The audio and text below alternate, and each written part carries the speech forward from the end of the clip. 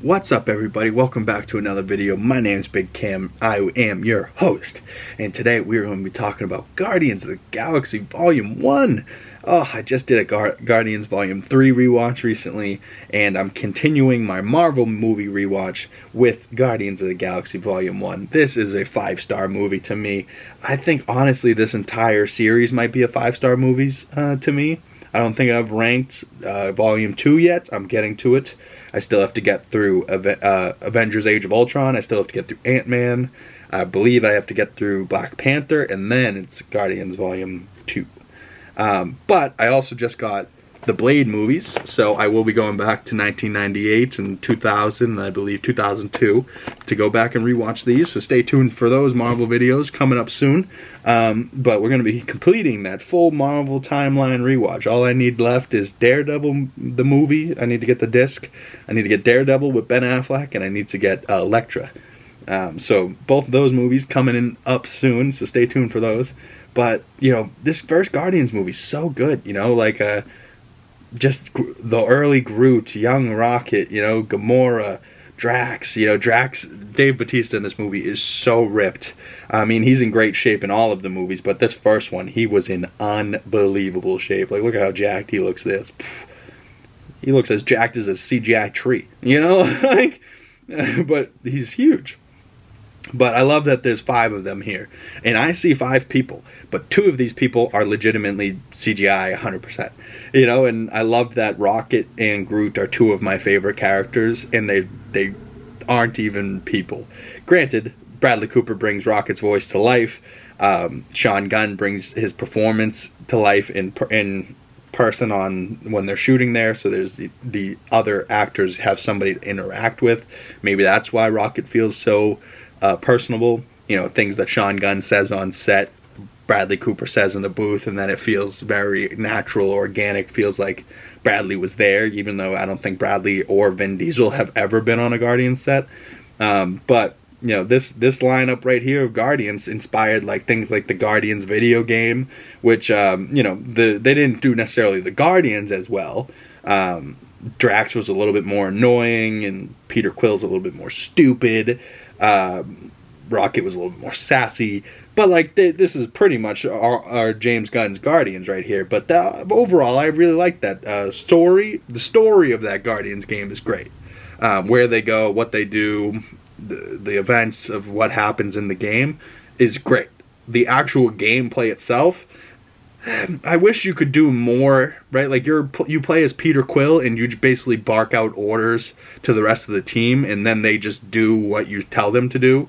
But I wish like you could switch over to Gamora and slice people up, switch to Groot and root them, you know, like instead of just giving them commands to do, I wish you could actually swap into the different players. But for what it was, you know, having a team and being at what it was, and you were just kind of their leader, being Peter Quill, I don't know. Maybe I would have had them switch leaders at different point. It just felt like very, like, okay, I'm just Peter Quill. And everyone else has these cool powers and strengths, and I'm just a guy shooting, flying around. Like, and you're just, you know, you're just going, Gamora! Good! You're just shooting out other people's, you know, attacks. And you're like, come on, I could be attacking people better than this.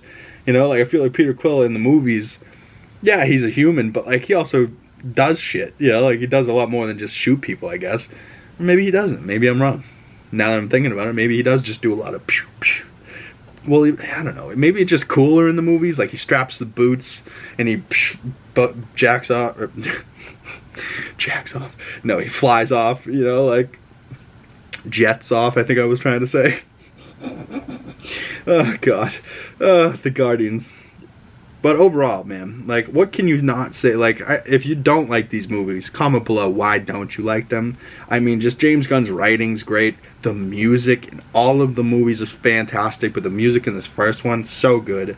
How Peter, maybe I'm a sucker for a love story. Peter and Gamora falling in love, so good. That scene with, I fooled around and fell in love. Like, oof.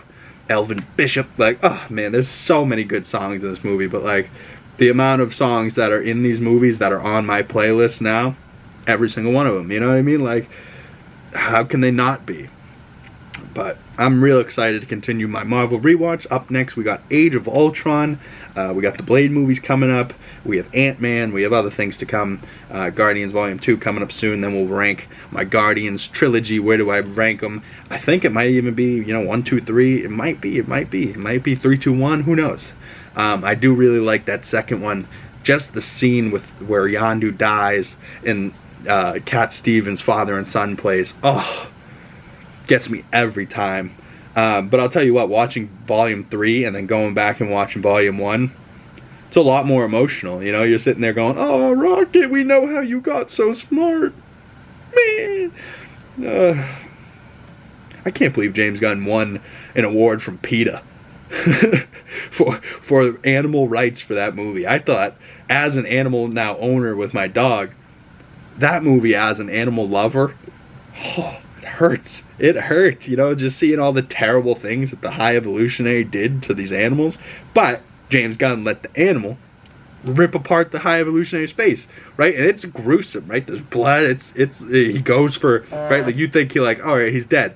He keeps going, you know, like he just, and the whole time, like the first time I saw it, I was like crying, but I was like, get him, Rocket, get him, fucking kill his ass, do it. And then all of a sudden, he's not. We don't really get to, well, from when he claws him out, he lives because we see him with the mask, and then it's a face-off, like face-off, which the whole movie I was like, damn, are they really calling their shot right now that we're gonna get a face-off moment, like face-off with like the peel of his face? Crazy. But James Gunn, man, if Guardians of the Galaxy Volume 3 did anything, I don't know if it got me excited for the future of the Guardians necessarily. It definitely was a fantastic movie, right? Like that goes without saying. But like most of these Marvel movies get you excited for where they're going to be next. And the post-credit scene does say the legendary Star-Lord will return. It doesn't say the Guardians will return. It says the legendary Star-Lord. So that means Chris Pratt's going to come back. He's going to pass off the name to somebody. But the last time we seen him, he was eating cereal, talking about mowing his lawn with his grandfather. You know, so you know, I don't know necessarily where Peter's going to show up next, but I would love to see all of these characters back, to be perfectly honest. I love Mantis, I love Drax, Gamora. I would love to see them all back. I would love to see somehow Gamora and Chris Pratt, Star-Lord end up back together, just because I really like their love story together.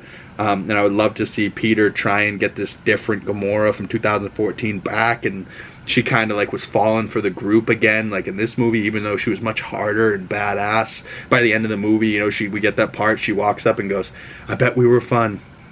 Yeah, more than you can know, you know. And oh, I was like, fuck, like, she wants to know. She wants to have fun again. Like, she wants to be a Guardian. Like, but she goes back to the Ravengers, you know, like, but I want to see these characters again. So comment below, do you want to see these characters again?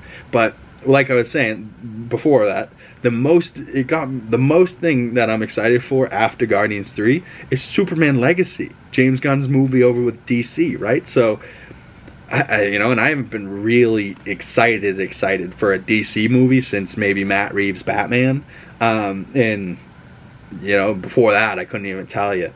But I'm absolutely excited, right? Like, even The Flash I saw, you know, there's things they did right, there's things that they did wrong. I do think it wasn't as bad as people said, but yeah, I mean, it probably could have been better. It's a decent plot, though, a decent storyline, a decent story idea. I just don't know if they executed it well enough, but I have faith in James Gunn, man. He makes good movies. He's always got great soundtracks. He picks good actors. He has fun making movies. And everything we've been hearing about Superman Legacy is that the story is great. So, comment below. Are you excited for Superman Legacy? But I understand this whole episode is supposed to be about Guardians of the Galaxy Volume 1. We've talked about Volume 3 and James Gunn and Superman and all types of stuff in this video. But I'm sorry. 5 stars for Guardians of the Galaxy Volume 1.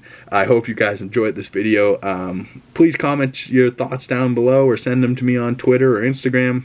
All my links down in the description below. Go check out my movie reviews on Letterboxd. Link down in the description below.